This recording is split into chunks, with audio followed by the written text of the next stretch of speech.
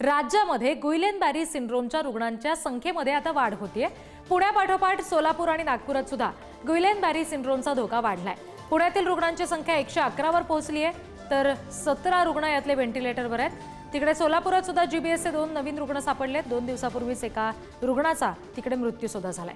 दरम्यान नागपुरात सुद्धा 4 नवीन रुग्ण आढळलेले आहेत। नागपुरातल्या 4 रुग्णांपैकी 3 जण 20 वर्षाच्या आतले, एक रुग्ण 40 वर्षाचा आहे। रुग्णसंख्या वाढतीये, त्याच्यामुळे आता आरोग्य प्रशासन अलर्ट मोडवर येत आहे।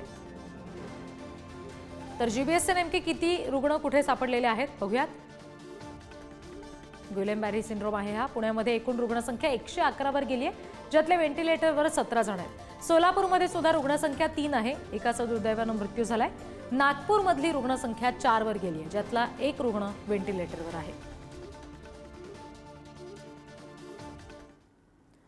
तर या सगळ्या संदर्भात रुग्णांची आता केंद्र सरकारकडून दखल घेतली जाणार आहे आणि आता मदतीसाठी केंद्र सरकारचं एक उच्चस्तरीय पथक महाराष्ट्रामध्ये दाखल होत आहे। केंद्रीय पथकामध्ये 7 तज्ज्ञांचा समावेश आहे। आरोग्य विभागासोबत हे तज्ज्ञ काम करणार आहेत। केंद्रीय आरोग्य मंत्रालयाचं सुद्धा या परिस्थितीवर लक्ष आहे।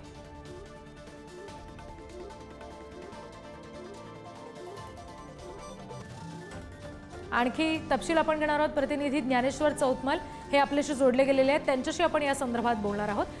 ज्ञानेश्वर, आता केंद्रीय पथक जे असणार आहे ते राज्यभरातल्या या परिस्थितीवर लक्ष ठेवून आहे।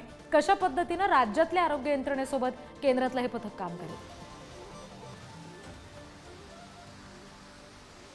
आपल्याला कल्पना आहे, जीबीएस आजाराचे सर्वाधिक रुग्ण हे पुण्यात आहेत। पुण्यातल्या ग्रामीण भागात, शहरी भागात आणि तिकडे पिंपरी चिंचवडमध्ये देखील जीबीएसच्या रुग्णांचा आकडा वाढताना बघायला मिळतो। आता पुणे परिसरात 111 रुग्ण वाढलेले आहेत आणि याच सगळ्या पार्श्वभूमीवर केंद्र सरकारने देखील या जिल्ह्याकडे लक्ष दिलेलं आहे।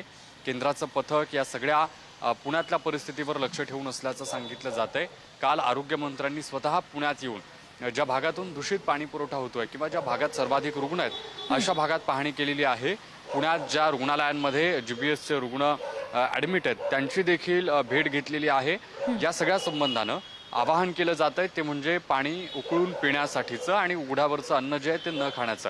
आपण वैयक्तिक पातळीवर देखील याची काळजी घेणं महत्त्वाचं ठरतंय। दुसरीकडे राज्य प्रशासन असेल, पुणे महानगरपालिका असेल, केंद्र सरकार असेल, यांचा संयुक्त संपर्क आहे। त्यांच्याकडून देखील या सगळ्या आजाराच्या पार्श्वभूमीवर काम केलं जातंय। उपमुख्यमंत्री अजित पवार यांनी देखील प्रशासनाला तशा सूचना दिल्याचं आपण पाहिलेलं आहे। हा आजार वाढणार नाही, शक्य तितकी रुग्णसंख्या लवकरात लवकर कमी करण्यासाठी प्रयत्न केले जातील। जे रुग्ण आहेत त्यांना खर्च आवाक्याबाहेर जात असल्यानं मोफत सुविधा देण्याचं, मोफत उपचार करण्याचं देखील उपमुख्यमंत्र्यांनी सांगितलेलं आहे। मात्र हे एकीकडे घडत असताना केंद्र सरकार आणि राज्य सरकारच्या आरोग्य यंत्रणा एकमेकांच्या संपर्कात आहेत।